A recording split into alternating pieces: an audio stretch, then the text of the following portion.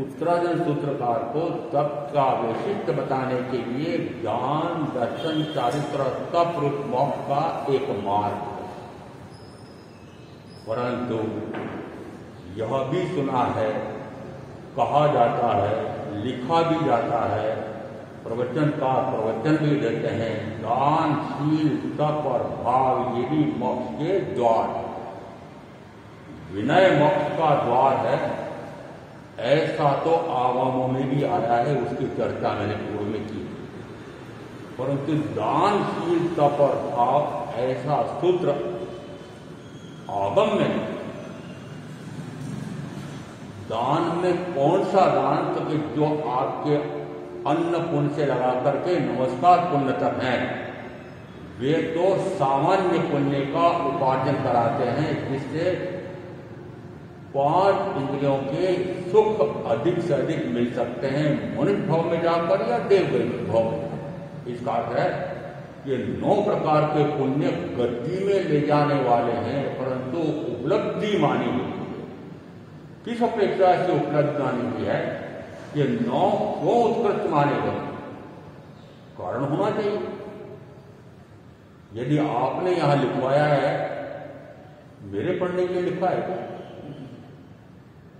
दरवाजे में प्रवेश करते से लिखा है, मैं तो दरवाजे में मुख्य दरवाजे से प्रविष्ट होता हूं, आप दूसरे दरवाजे से प्रविष्ट होते हैं, तो वहां लिखा रखा है पुण्य की उपलब्धि।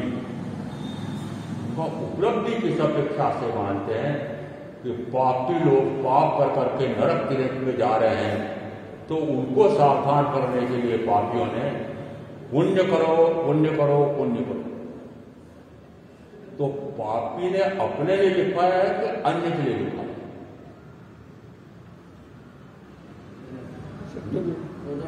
दोनों के लिए। तो फिर पाप से परे हुए पुण्य में आए, कुशील से परे हुए सुशील में आए, सदाचरण से परे होकर के सदाचरण अपनाए, हिंसा झूठ चोरी मैथुन परिग्रह से परे होकर के और अहिंसा सत्य अस्तेय ब्रह्मचर्य अपरिग्रह को अपनाया अंश में भी। यदि आप कहते हैं भगवान महावीर ने 2 प्रकार के धर्म फरमाए हैं, एक आगार धर्म एक अणगार धर्म। आगार यानी झूठ, आगार यानी घर, अणगार यानी कोई छूट नहीं और कोई घर बार नहीं। आपने अपने को किस श्रेणी मान रखा है?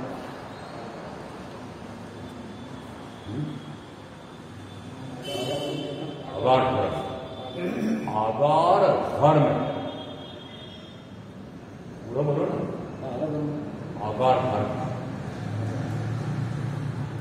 यदि अणगार धर्म को अपना करके पहले अणगारत्व प्रकट करके फिर अरिहंतत्व प्रकट करके फिर तीर्थंकर नाम गोत्र कर्म का उदय आया, तो केवल ज्ञान होने के बाद महामुनि महावीर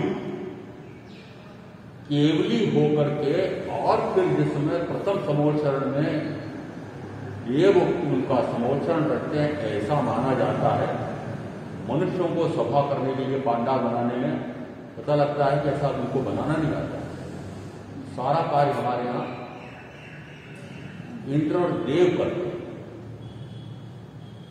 सारा कार्य जन्म महोत्सव से लगा करके परिनिर्वाण महोत्सव तक के 5 कल्याण और अंतिम तीर्थम करके 6 कल्याण।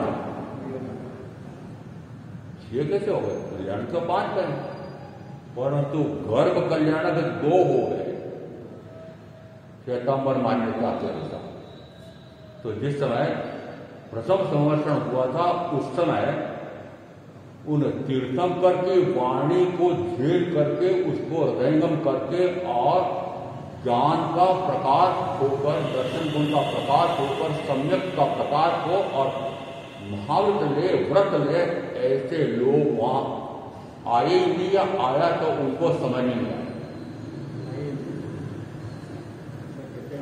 नहीं आया ऐसा तो नहीं मान सकते। क्या मनुष्यों से खाली समोसा होता है? मात्र देवी देवता समोसे में आते हैं, और एक आते भी हो तो देवी देवता से दिखते हैं। मनुष्यों को विपूर्णता करने वाले, विपूर्णा की शक्ति से भिन्न भिन्न रूप बनाने वाले, तो विपूर्णता करने वाले देव देवी क्या मनुष्यों को दिखते हैं? समोषण में उनको आकाश में दिखाया जाता है। वहां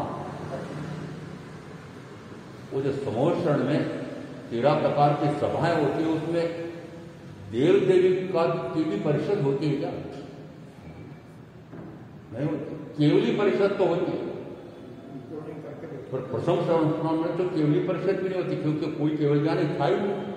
पहले महावीर हुए, जिस समय पहली सभा खाली गई, तीर्थंकर की सभा खाली जाए, आश्चर्य। 10 आश्चर्यों में ये भी आश्चर्य है कि तीर्थंकर की सभा खाली गई।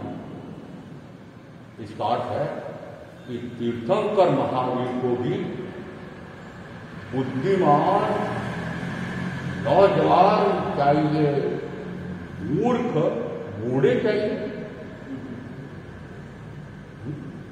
वे जैसे बूढ़े चाहिए, तीर्थंकर को महावीर के इस शासन में किसकी जरूरत है?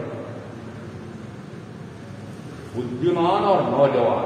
वो बुद्धिमान नौजवान तो अपनी सारी बुद्धि लगा करके और 5 इंद्रियों के भोग में ये पढ़ाई करके 5 इंद्रियों के भोग में मस्त हो रहे हैं। तो अब महावीर का शासन उसकी हानिहीनता होगी कि नहीं? बूढ़े क्या करते?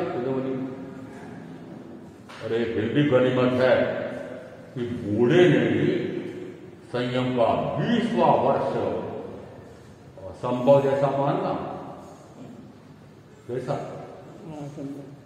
कि बुढ़ापे में 66 वर्ष में दीक्षा लेकर के भी संयम स्थगित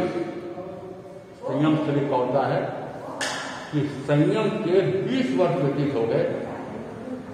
ये बड़ी सारणी का चतुर्मास सुख समाधि हो गया तो संयम स्थगित हो जाएगा उधर।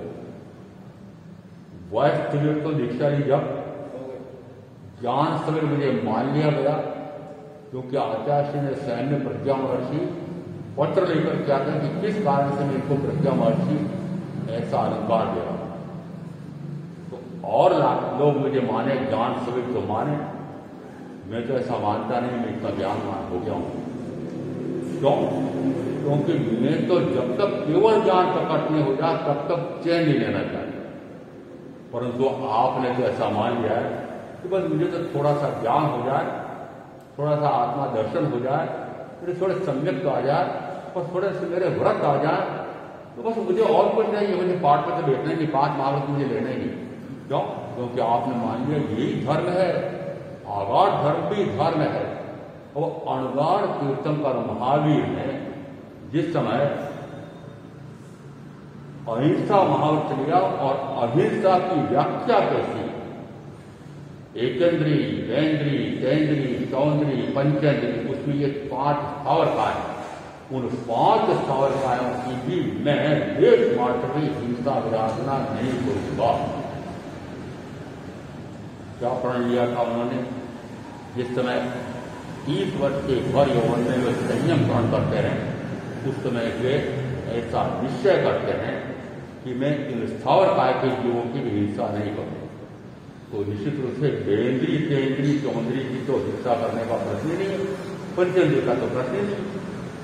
और ऐसे अहिंसक महावीर ये कहेंगे कि हे श्रावक श्राविकाओं, आपको तो घर गृहस्थी चलानी है, व्यापार व्यवसाय कल कारखाने भी चलाने हैं, इसलिए आप स्थावर काय की हिंसा तो कर सकते हो और त्रस काय की भी कर सकते हो, और पंचेंद्री की अपने शरीर की रक्षा के लिए कोई आक्रमण करे तो पंचेंद्री को भी मार सकते हो।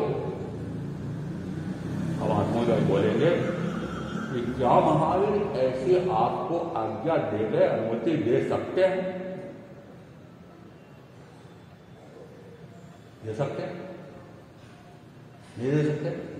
दूसरा हिंसा, झूठ।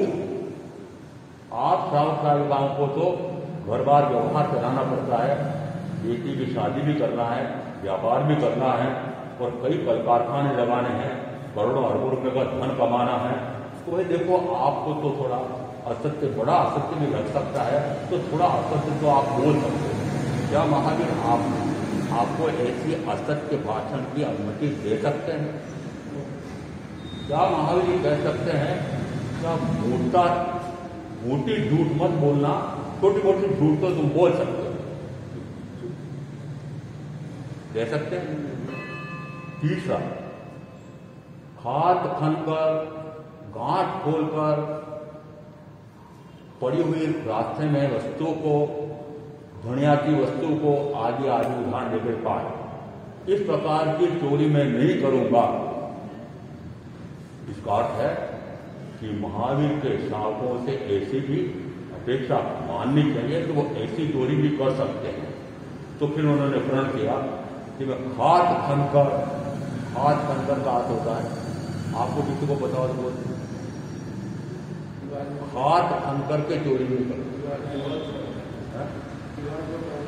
दीवार में छेद करके चोर अंदर घुसता है, ग्रेनाइट का मकान, कंक्रीट की छत है, छेद कर सकता है आज? छेद कर सकता है? आना तो बोलो। अरे वहां उसमें तो छेद नहीं कर सकता है, परंतु महावीर के साथ राजकोष में छेद करके लाखों करोड़ों का माल हड़प सकता है।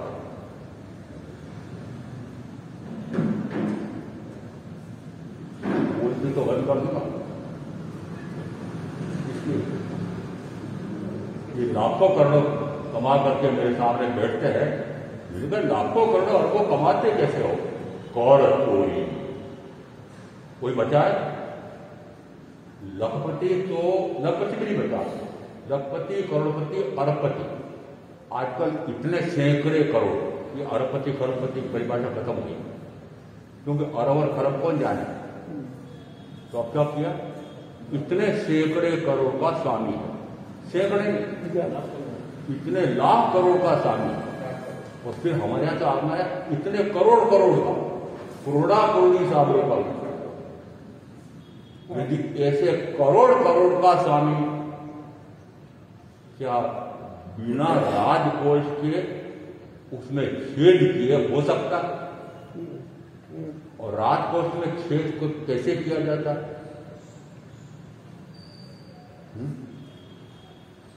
सारे जानते हो, और मत समझना है बहनें नहीं जानती, बहनें भी जानती। क्यों?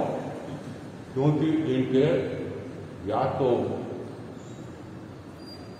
बेटा या इनके पति, ये जो करोड़ों अरबों खरबों का धंधा करते हैं और करोड़ों कमाते हैं, इनसे न जाने कहां कहां हस्ताक्षर करवा लेते हैं। पूछते हो कि हस्ताक्षर काहे के कराए? अरे बेटा या पति आपसे किसी चेक पर, पूरे चेक पर हस्ताक्षर कराता है, पूरे कागज पर हस्ताक्षर कराता है, पूरे स्टाम्प पर हस्ताक्षर कराता है, पूछते हो क्या? वो सारे घपले घोटाले वाले कागज आपसे हस्ताक्षर करा लिए, लेखा वे करेंगे जैसा उनके कर सलाहकार ने कहा हो। आपके नाम पर भी कर चोरी लग रही है, और जो कर चोरी का धन भोजन खाता है वह भी कर चोरी का अपराधी है। छल, प्रपंच, कपट, मायाचारी। यदि पता है परिजनों को कि मेरे पति, मेरे पिता ईमानदारी से कार्य करें तो मेरे हजारों रुपये का एक खर्च तो मिल नहीं सकता मुझे पढ़ने के लिए, और पत्नी को पता है कि मुझे बाजार खरीदने के लिए ये 10,000 रुपये और कपड़ा खरीदने के लिए मुझे 50,000 रुपये, 1 लाख का चेक दे देते हों, ये तो इतनी कमाई तो उनकी है नहीं, पर वो दे रहे हैं। आपको पता है कि काली कमाई करके आपको इतना धन दे रहे। आपका हिस्सा हुआ कि नहीं काली कमाई में? बहनों को पूछ रहा हूं। और क्या तीर्थंकर महावीर ने आप सावक साविकाओं को काली कमाई करने की आज्ञा दी है?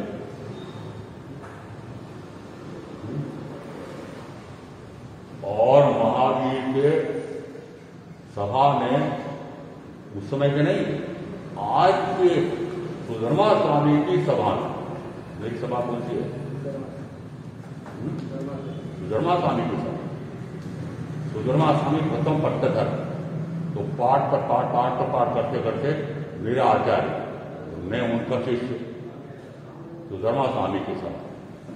क्या सुधर्मा स्वामी की सभा में आज ये इस प्रकार से छल, प्रपंच, कपट, मायाचारी, कर चोरी, महाचोरी, घपले, घोटाले, लाखों रुपए के करने वाले बैठते ही नहीं बैठते?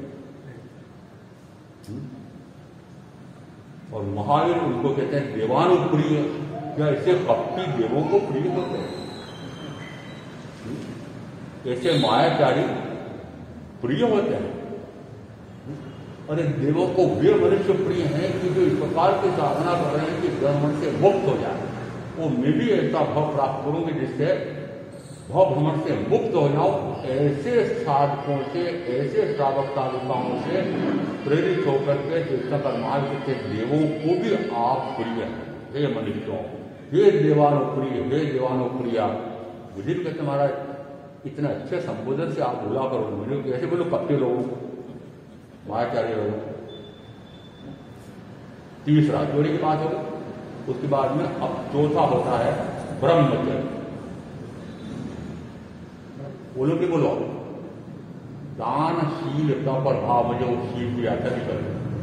तीर्थंकर महावीर और यौवन 30 वर्ष और यौवना 20 वर्ष की ऐसी महारानी यशोदा को छोड़ करके सर्वित्री संयम लेते, और संयम लेते हुए वे एक महाव्रत लेते हैं, मैं मैथुन सेवन करूंगा नहीं, कराऊंगा नहीं, कर्तव्यों का अनुमोदन करूंगा नहीं, मन से, वचन से, काया से, जीवन पर्यंत के लिए, और 9 बार से पालूंगा।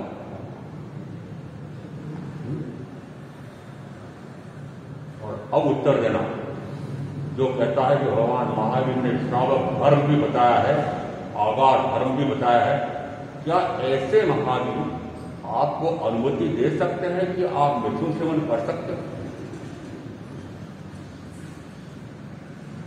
आना तो बोलो करने वाले दे सकते हैं? नहीं दे सकते, नहीं दे सकते।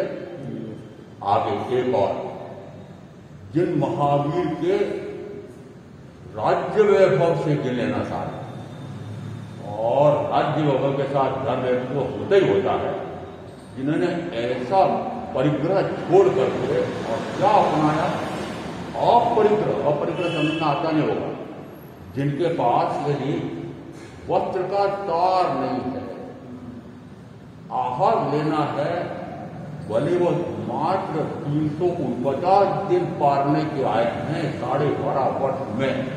तपस्या देखो पहले, बड़ा अभिमान करने वाले तपस्या पर। मैं तो कहता हूं कुछ नहीं, मैं तो मात्र वेणी चंदी महाराज साहब की तुलना में जिस बच्चे में शिक्षा दी थी शीतलगढ़, और 29 वर्ष साधना के अंतिम 29 वर्ष मात्र 60 वर्ष तपस्या, एक मात्र एक वस्तु दूसरा जोन पर नहीं सर, तब भी कहें। इसका अर्थ है कि जिन तीर्थंकर महावीर ने संयम ग्रहण करके ऐसा तब प्रारंभ किया कि 12.5 वर्ष में मात्र 349 दिन आहार, और 349 दिन जो पालने के आहार कैसा था, पालने का आहार कैसा था? उड़द के बाकुले, चने के बाकुले, मूंग के बाकुले, बेर चूर्ण, सत्तू। अब तो बाजार का बना सत्तू जब परिचय होगा तो आपको फिर आप बहनों को, भाइयों को, खाने वालों को पता है वो सत्तू किसका बना है। चना मुख्य, फिर और जो आदि कुछ होंगे, जो भी हो, ये 3 वस्तुओं को मात्र पीस करके और उसका चूर्ण बना करके फिर मात्र पानी के साथ गटकना और कर पाती। क्या है कर पाती?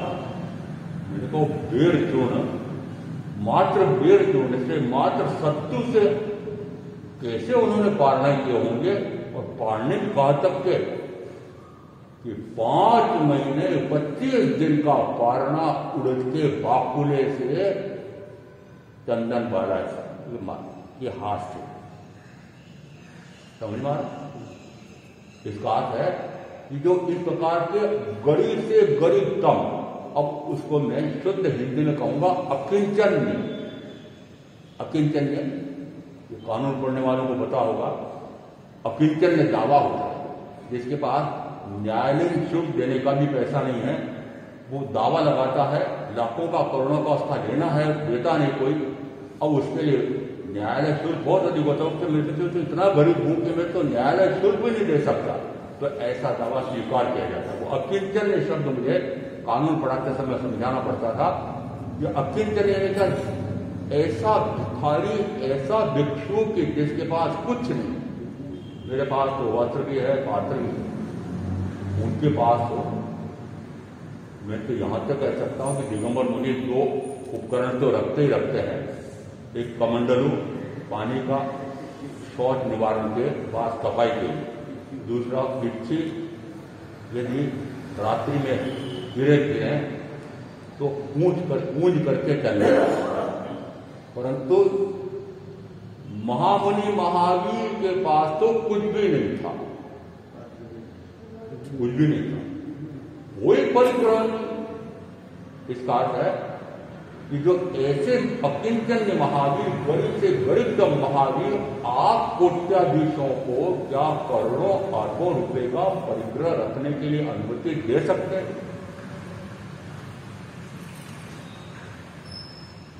क्या मूवमेंट करो, मेरे को उत्तर दो। अरे हारा तो कर दो, मेरे साथी बुरा नहीं, ऐसे बोल सोमनाथ जी बोलो, प्रकाश जी बोलो, राठो नहीं दे सकते ना। फिर कहते हो कि आभार धन चलाए और उपासक दशांग सूत्र इसके लिए रखता हूं, आप मुझे प्रमाण दोगे।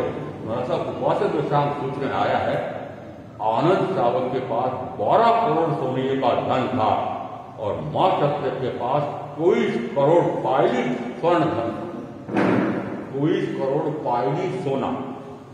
एक पायली में 256 स्वर्ण मुद्राएं आती है। मैंने कल कहा था हिसाब लगा कर आ जाना, 256 गुणा 24 करोड़ गुणा 60,000 रुपये, 60,000 रुपये का एक तोला सोना, वो एक पायली में 256 स्वर्ण मुद्राएं और 24 करोड़ पायली स्वर्ण। इतना धन महावीर के शावकों के पास था। इसमें तो हाँ कर दो। तो फिर हनुमान भाई कहते हैं हमारे साथ मेरे तो करोड़ नहीं है, ऐसे ऐसे करोड़पति महावीर के शावक रहे थे। पर आगे की बात भी बता दें, महावीर के सानिध्य में आने के बाद वे भिखारी हो गए। ये शायद आपको पता नहीं, पता है कि भिखारी हो गए? अरे पता है तो बताओ भाई, तुम्हें बता रहा हूं।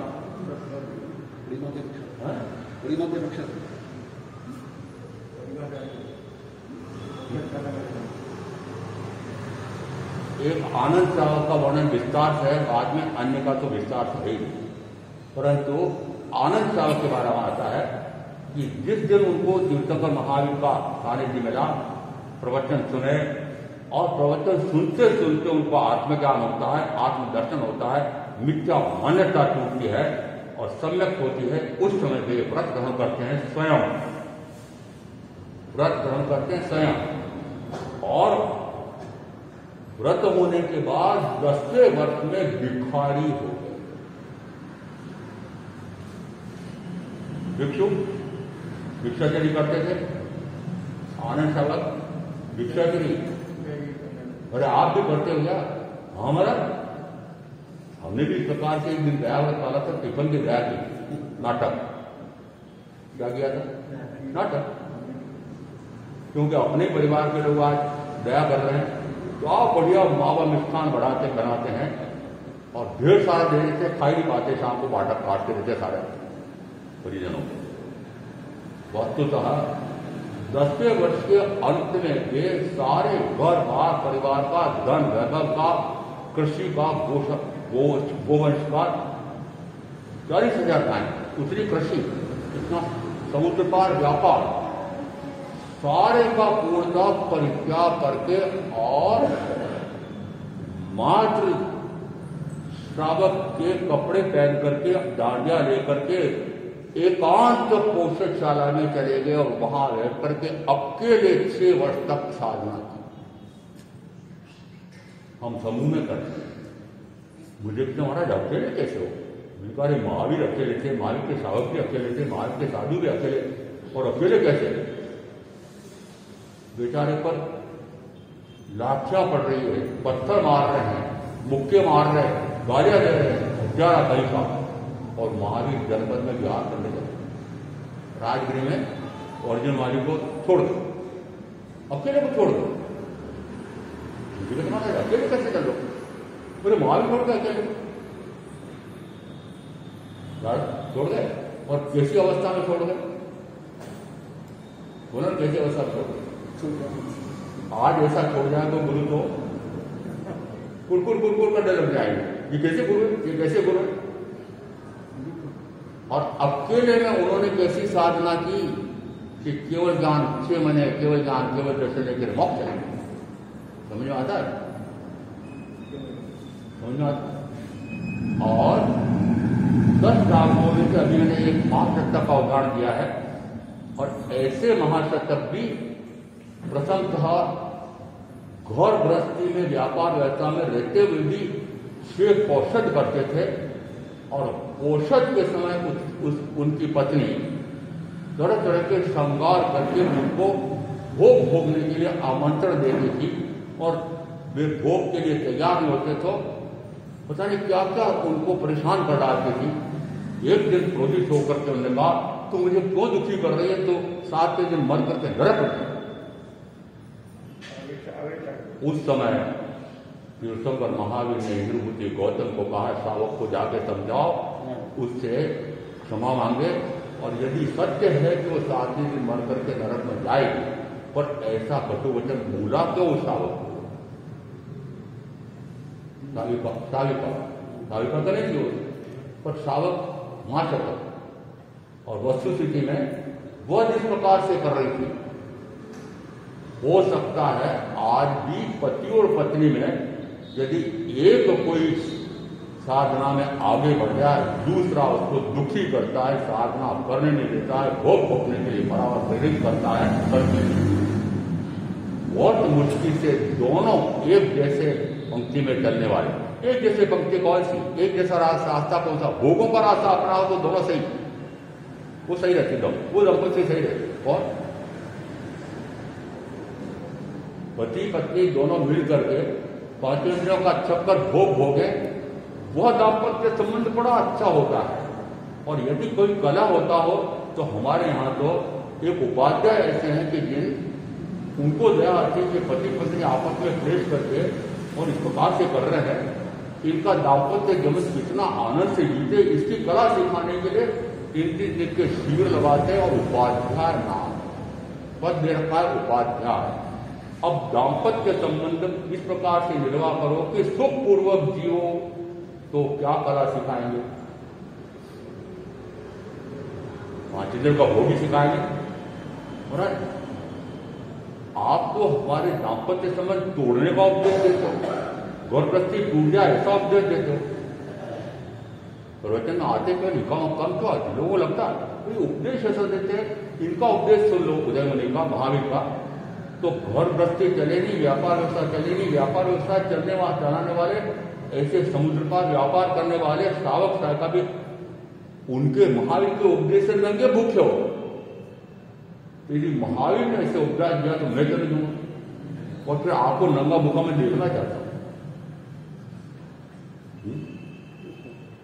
महाराज क्या उपदेश देते हो, मिलकर जैसा महावीर ने क्या वैसा लेकर आओ।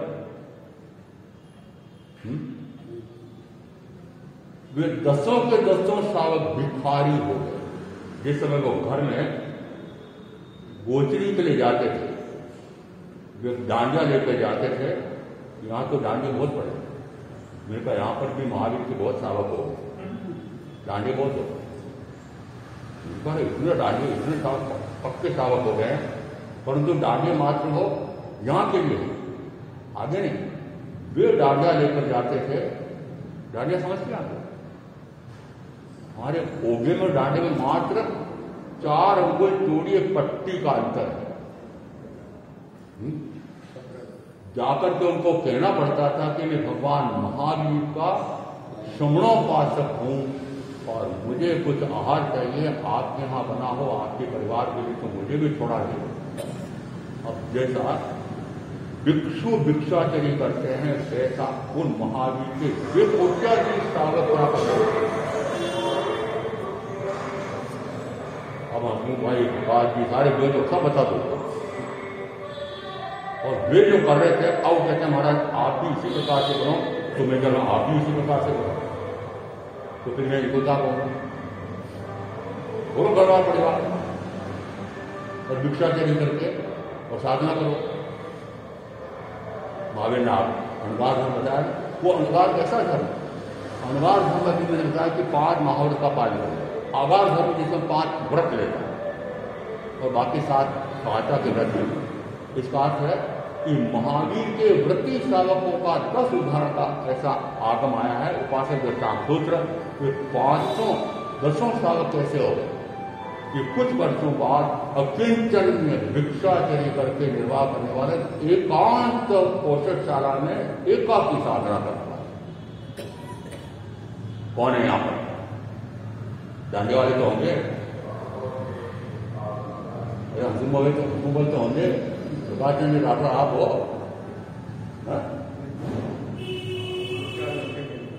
अरे होना भी चाहते हो? चलो हो नहीं, आज से शुरू करा दो या आज से जाओगे घर नहीं जाओ?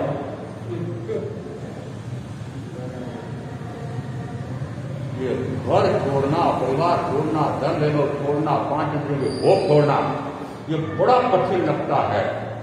और कालोदय अवतार में जिस समय पूछा था भगवान को, उस समय भगवान का उत्तर आया कि प्राणातिपात से लगाकर मिथ्या दर्शन शल्य तक के पाप में आचरण करना मनुष्यों को अच्छा लगता है, सरल लगता है, अच्छा लगता है, सरल नहीं अच्छा लगता है। क्या आपको राग रति अच्छा नहीं लगता है? राग यानी कोई आपसे बड़े प्रेम से बात करता है तो आपको अच्छा लगता है कि बुरा लगता है? अच्छा माना तो बोल दो। वो प्रीतमा करे तो, प्रीतम करे तो अच्छा लगता है बुरा लगता है? हाँ ना तो करो कुछ तो अच्छा लगता है। तो तीर्थंकर महावीर ने क्या उत्तर दिया कालोदय अणगार को? कालोदय पहले अन्य तीर्थिक थे, भगवान महावीर का बोल सुन करके वो अणगार हो गए थे। उन्होंने पूछा कि ये 18 प्रकार के पाप मनुष्यों को अच्छे लगते हैं? मैंने कहा अच्छे लगते हैं। जिस समय 18 प्रकार के पाप करते हैं अच्छे लगते हैं, उनके दुष्परिणाम आते हैं। कालोदय अणगार को उत्तर दिया 7:1 व्याख्या प्रगति माया उत्तर। जिस समय उसके सुखद परिणाम आते हैं उस समय वे उनको बड़े अच्छे लगते हैं। जैसे कि इन 18 पापों को वह सीमित करता है, परिग्रह से परे होता है, अधिकांशतः मैथुन सेवन से परे होता है, अधिकांश तो यहां तक कि पूर्णता यानी मेरा स्वयं का अनुभव है, मेरे स्वयं के प्रेरणा से बोझ से दिल्ली में इस प्रकार की कितनी जोड़ियां हैं, और जोड़ियों में कहूं 32-35 की जोड़ी ने ब्रह्मचर्य अखंड जीवन करें थे। 35-40 वाले भी, 40-45 वाले भी, 40-50 वाले, और ऊपर वाले जो करते थे जाहिर क्या रखा है 60 और 65 और 65 और 70 में, 70 और 75 में, 70 80 में अब ब्रह्मचर्य ले रहे हो। और मजबूरी हो गई, क्यों? क्योंकि बूढ़े हो गए, शरीर अक्षम हो गया, भोग साधन नहीं है, विधवा हो गई, विदुर हो गया, और कई कारण हो गए, महाराज ब्रह्मचर्य रखा है। क्या रखा है? वस्तुतः जिस समय भोग भोगने का सामर्थ्य है उस समय वो भोग से परे होता है, तो कहा जाता है वह प्रत्याचार है। जिस समय वो अक्षम हो जाए, भोग साधन ही न हो, दशवकार सूत्रकार कहता है कि इस प्रकार के त्याग प्रत्याचार है ही नहीं, मजबूरी में ले रहा है। एक भाई महाराज मेरे चीनी का त्याग हो, चीनी का त्याग अचानक कैसे हो गया? बोले महाराज आज मेरे एक मित्र थे, संबंधी थे, कोई उनकी जांच कराने गए थे, उनके मधुमेह निकला, मैंने सोचा मेरा भी करा लेता।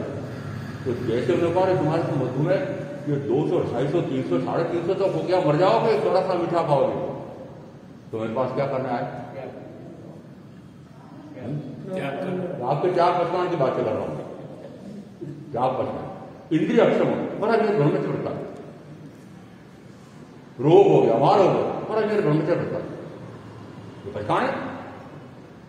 सक्षम होते हुए, भोग भोगने का सामर्थ्य होते हुए, साधन होते हुए, सुविधा होते हैं, उस समय छोड़ता है तो कहा जाता है हाँ ये छोड़ना हुआ, प्रत्याख्यान हुआ।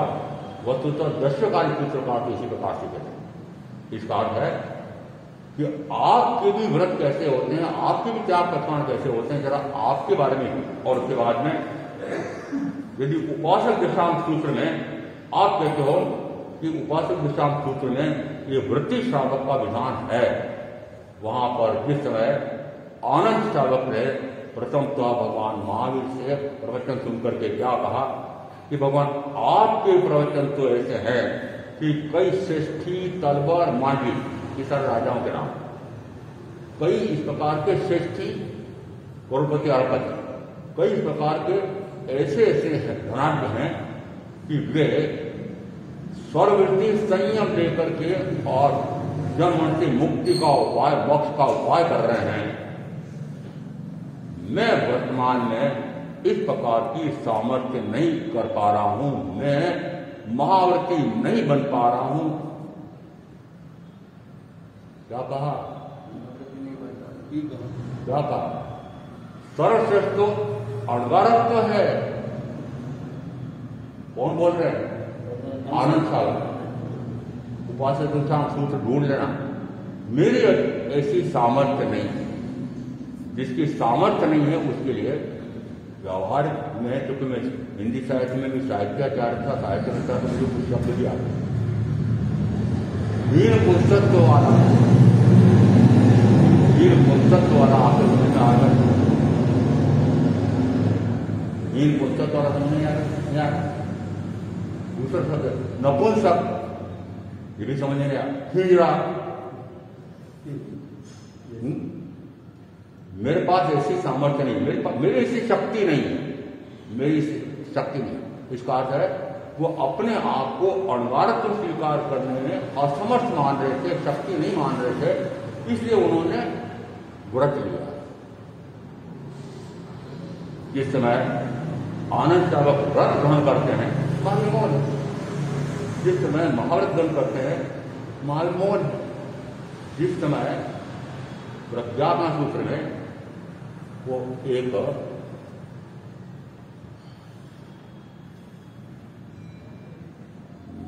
महाराजा सैनिक का पुत्र, क्या नाम, कौणिक, महाराजा कौणिक का प्रज्ञापना सूत्र का बड़ा विस्तार से वर्णन किया। महाराजा कौणिक भी तीर्थंकर के सभा में समोचरण में आते हैं। प्रवचन पूरा होने के बाद अभी मैंने उदाहरण दिया कि कई इस प्रकार के, एक ऐसा है कि जो उनके प्रवचन सुनकर के और अणगार हो जाता है पुरुष स्त्री, एक ऐसा है कि जो व्रत ले रहा है, एक ऐसा हो रही है जो व्रत ले रही है, ऐसे ऐसे उसमें है। और अब एक ऐसा खड़ा हुआ महाराजा कोणे, उसने कहा भगवान मैं तो अणगारत को स्वीकार करने में असमर्थ हूं, आपके प्रवचन तो ऐसे हैं, आपके प्रवचन तो ऐसे हैं, इतने प्रशंसा का शब्द उस प्रज्ञा का सूत्र में आया हुआ है, मैं तो वापस राजकाज चलाने के लिए जा रहा हूं। और राजकाज का कैसा कैसा कार्य किया है, उस राजकाज में उन्होंने अपने ही सहोदर है, अपने ही भाई, उनका हर विपुल नाम के दो भाई थे, कोई कहता एक ही थे, कोई कहता दो थे। महाराजा सैनिक ने उनको हार और हाथी दे दिया था।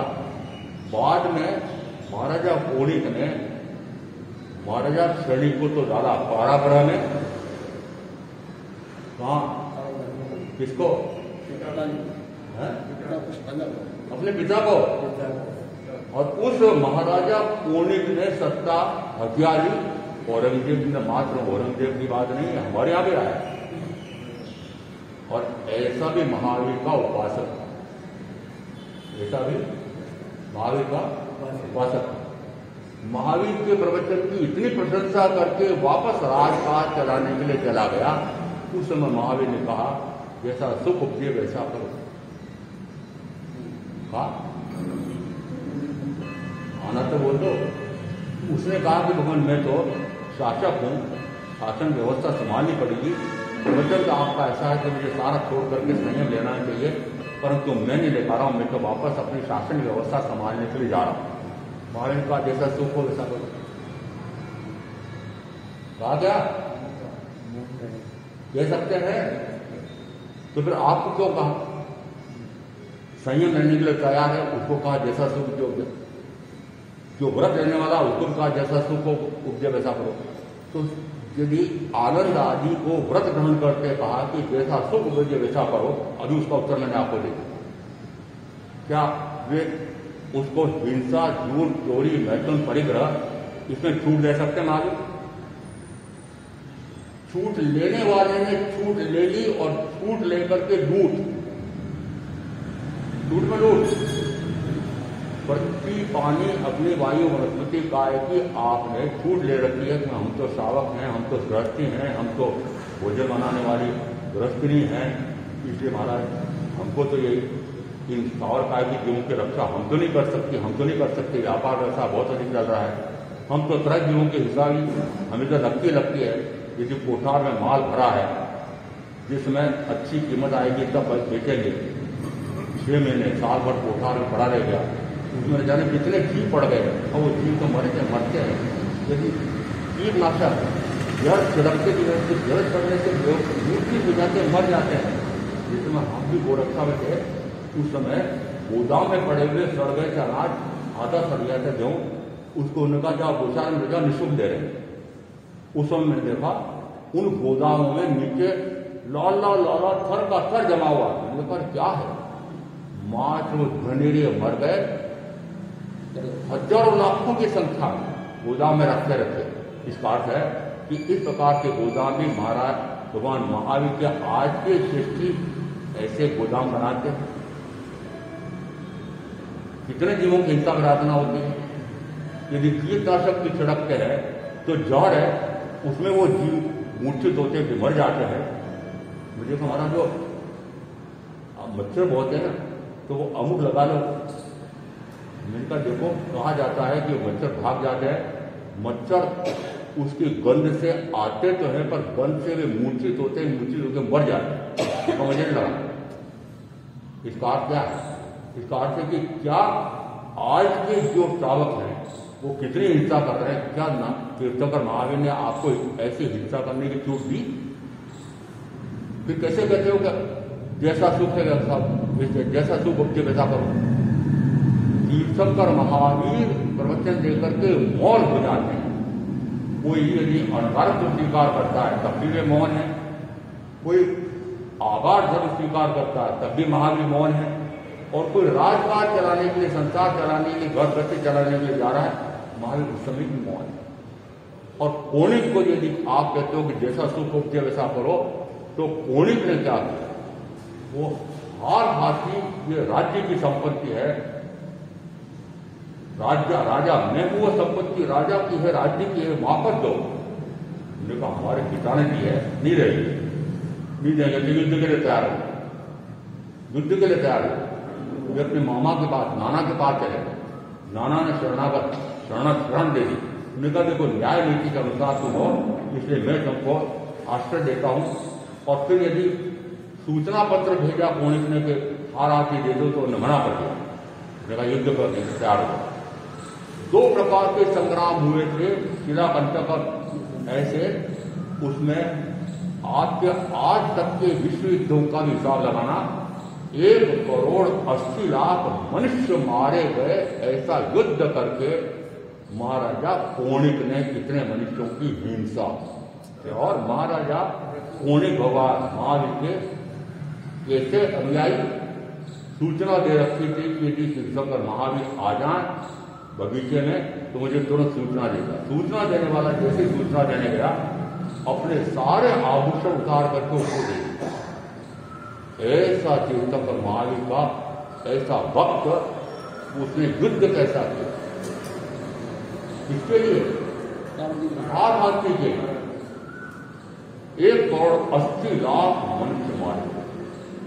उसमें से महाराजा केतक एक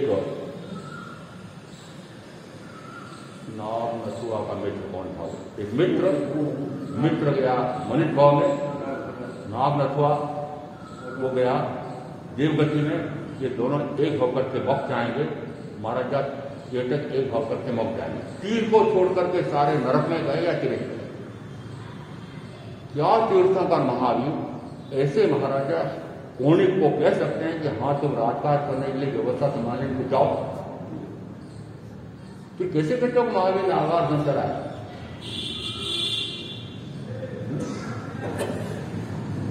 महावीर ने आगार में चलाया नहीं, जो असमर्थ थे आगार अंगार धर्म को अपनाने के जो असमर्थ थे, उन असमर्थों ने इस प्रकार का मार्ग चलाया है। महावीर ने कुछ नहीं कहा,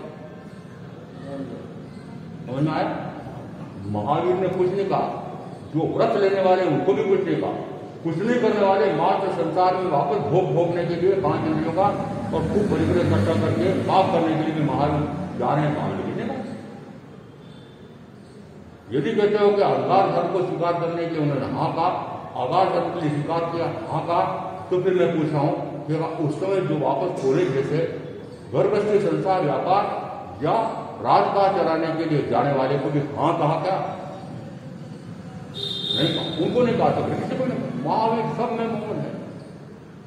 आपको पता हो ना हो, महावीर समूह चरण में बैठे हुए हैं, सभा में बैठे हुए हैं, प्रवचन देते हैं। प्रवचन देने के बाद वो कहां चले जाते हैं पता ही नहीं लगता है।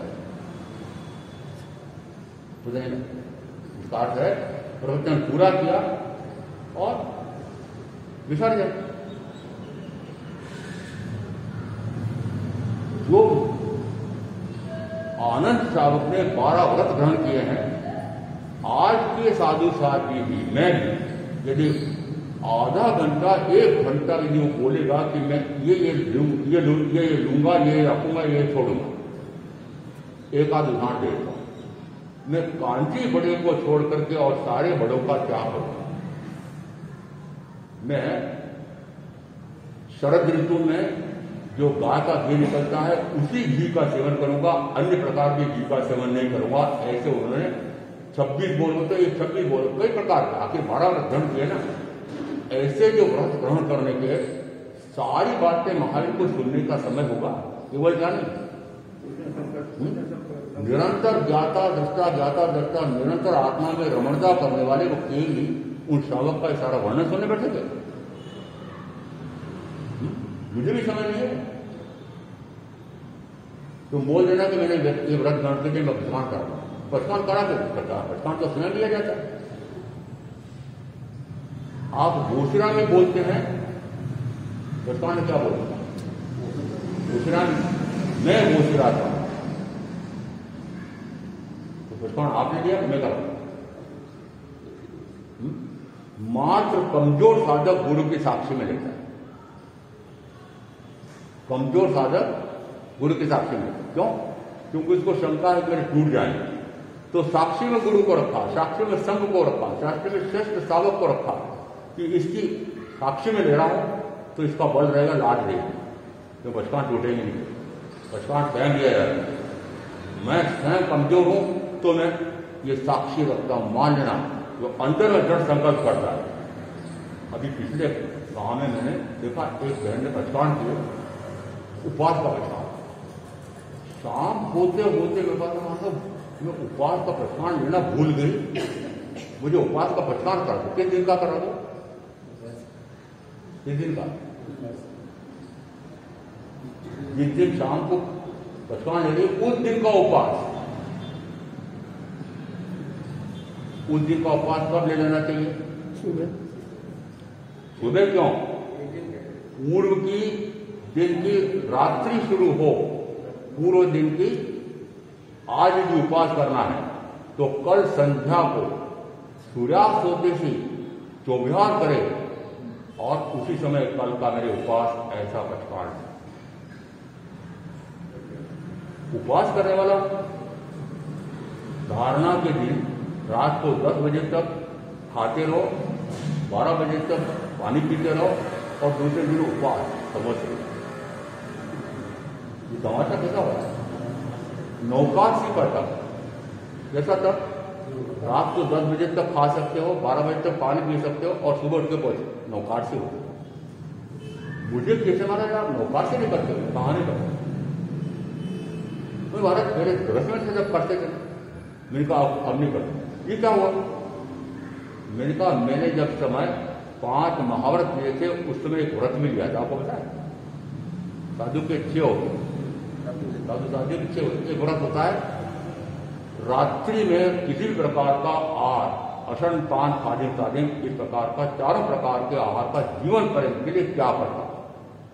आज क्या निकला कि रात्रि भोजन का क्या नौकाशी सुपान।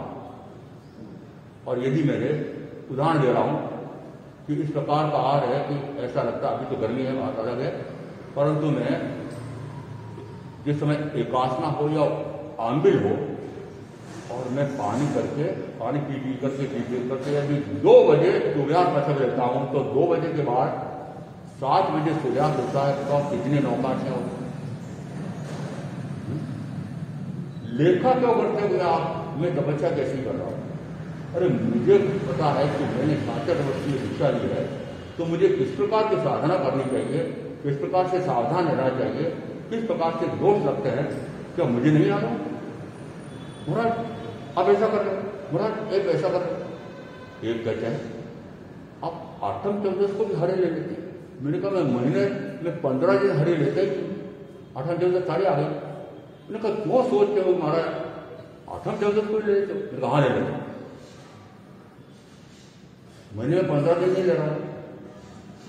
और शेष में भी मेरे यदि 5 बीघे नमक का त्याग है, 18 वर्ष से मेरे 4 बीघे नमक का और 11-12 वर्ष से मेरे 5 बीघे नमक का त्याग है, और पिछले वर्ष तो करीब 1.5 वर्ष 2 वर्ष मात्र आमली, और उसमें भी 10 महीने करीब मात्र छाछ। तो मेरा देखा क्यों लेना चाहते। मुझे पता है कि मुझे उग्र साधना करनी है, ज्ञान भी, दर्शन भी, चारित्र भी, तब भी चारों की एकता चाहिए। तो चाहे वह स्थिति इस प्रकार की है तब भी इस प्रकार की साधना। मेरे से कम उम्र वाले साधु साथी 50-55 वाले भी पहिया कुर्सी का आ गए, मेरा 86 और संख्या में 17 किलोमीटर पैदल हो गया। ये तुलना क्यों करते हो, मेरा ये नहीं करते, मेरा ये नहीं करते। इनका क्यों मुझसे इस प्रकार से क्या क्या कराना चाहते, किस उम्र में क्या कराना चाहते। मैंने कहा मैंने महाभारत सोच समझ के लिए, तो क्या मैं जुड़े रखूंगा। मुझे चेतावनी देता, कोर्ट देखते हो, कोर्ट देख रहे हो, वो कोर्ट देखने के लिए हमारे हिंदी में बड़ा अच्छा शब्द है छिद्रान्वेषण। छिद्र देखते हैं इनकी साधना कैसे, ये कैसे कहाँ भूल कर रहे हैं, कहाँ भूल। अरे एक ही बार सवाल किया था, मैंने कहा हाँ, नहीं हमारा घर जाना चाहिए। मैंने कहा महावीर तो एक ही जगह से आते थे।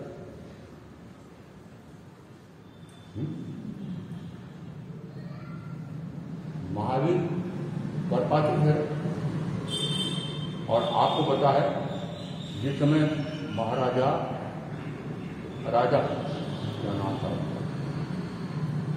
जीर्ण से ये भावना खा रहे थे थाली में बैठ करके कि महामुनि महावीर का पारना मेरे यहाँ हो जाए, मेरे यहाँ हो जाए। भावना बढ़ते बढ़ते इस प्रकार की भावना हो गई, कैसे घर परिवार राज्य वैभव सबका परित्याग करके और भर यौवन में संयम लेने वाले ऐसे त्यागी, ऐसे महामुनि, फिर ये ऐसी साधना करके इसी भाव में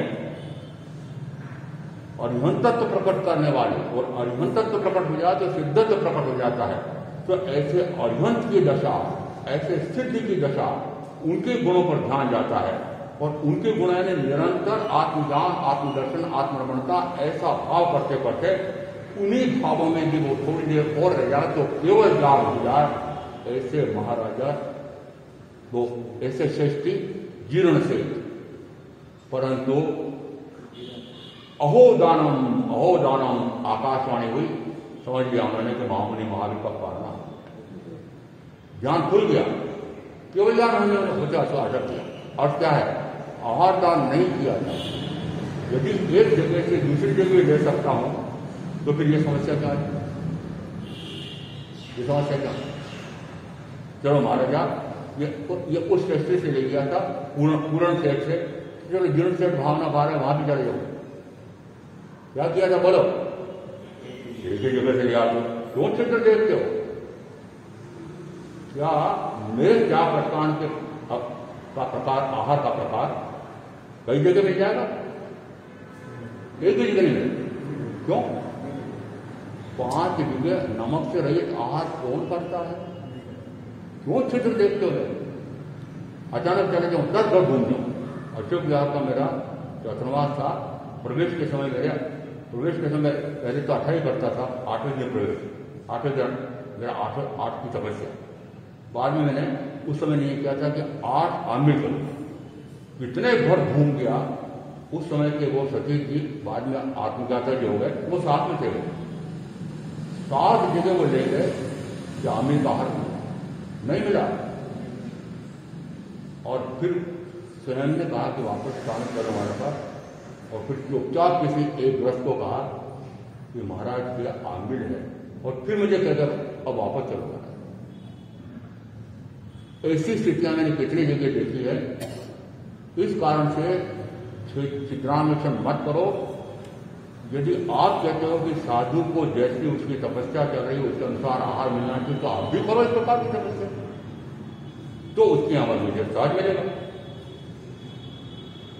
मानो कि जिस समय अणगारत को स्वीकार करता है, दृढ़ प्रतिज्ञा लेता है, और मैं पूर्व के 15 वर्षों से करके रहा हुआ प्रवचन प्रशिक्षण में देने जाने वाला, स्वाध्याय शिविरों में पढ़ाने जाने वाला, क्या मुझे आगम के क्या प्रकार के नियम, क्या आगम के सारे कौन कौन से साधु को आचार मर्यादाएं, समिति, गुप्ती किस प्रकार से पालन करना चाहिए, क्या मुझे ज्ञात नहीं।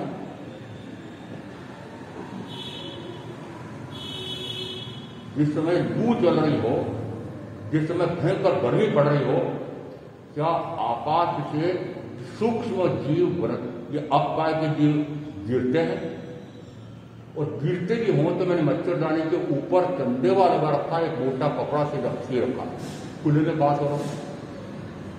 तब भी टीका टिप्पणी सुने तो मैंने अंदर कर दिया बात, तो क्या कर रहे हैं, कैसे हो गए यहाँ के लोग। छिद्रान्वेषण जो अच्छा या सामान्य तक आ जाता है। यदि किसी साधक में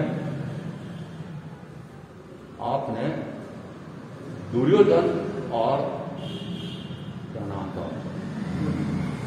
गांव में भेजा गुरु ने कि ऐसा व्यक्ति ढूंढ के लाओ जिसके कोई भी पाप नहीं हुआ हो या कोई भी ऐसा नहीं हुआ हो। अच्छा नहीं बोला आज युधिष्ठिर, दुर्योधन गया, कोई भी गांव में ऐसा नहीं हुआ। युधिष्ठिर गए, उनको कोई भी ऐसा बुरा नहीं था। दृष्टि कैसी होनी चाहिए, हंस दृष्टि रखो, काक दृष्टि नहीं। गुण क्या है ये तो लेना नहीं चाहते और अवगुण ढूंढते हो, वो काक दृष्टि कहलाता है। काक दृष्टि की दृष्टि कहाँ रहती है, मांस के कलेवर पर।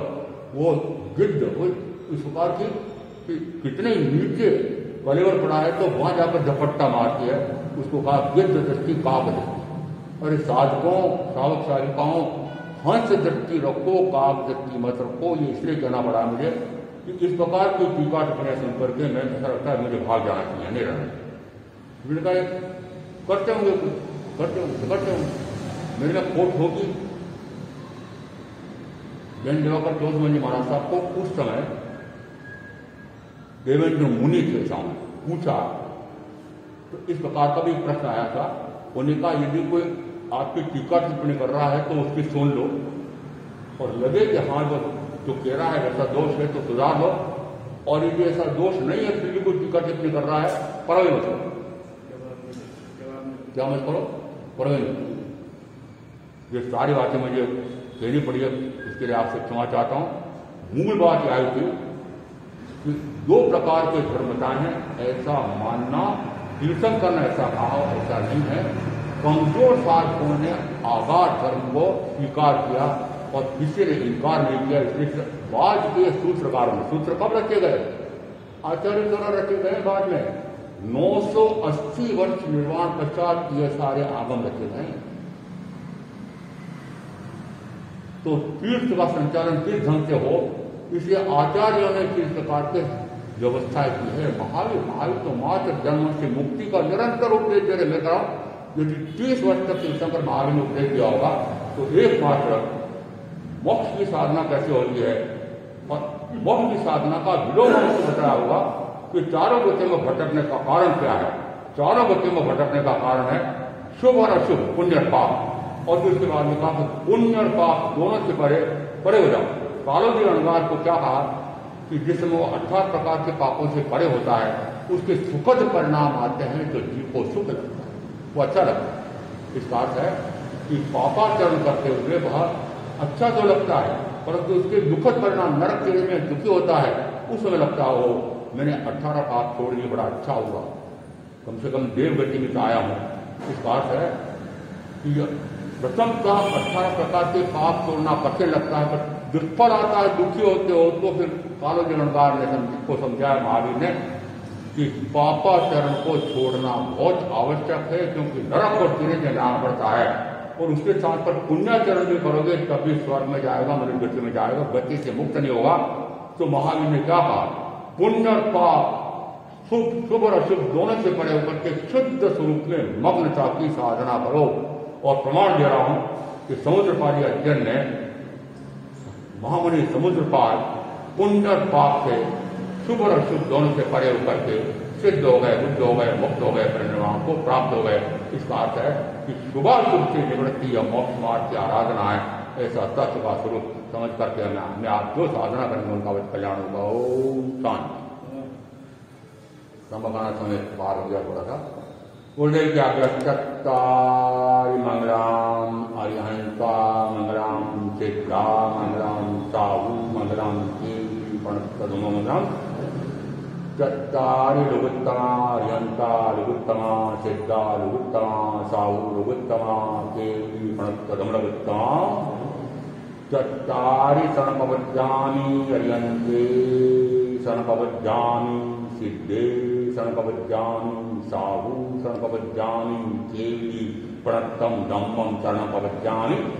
चार मंगले, चार उत्तम, चार शरणा और शरणा नहीं कोई, पश्य प्राणिया अमर।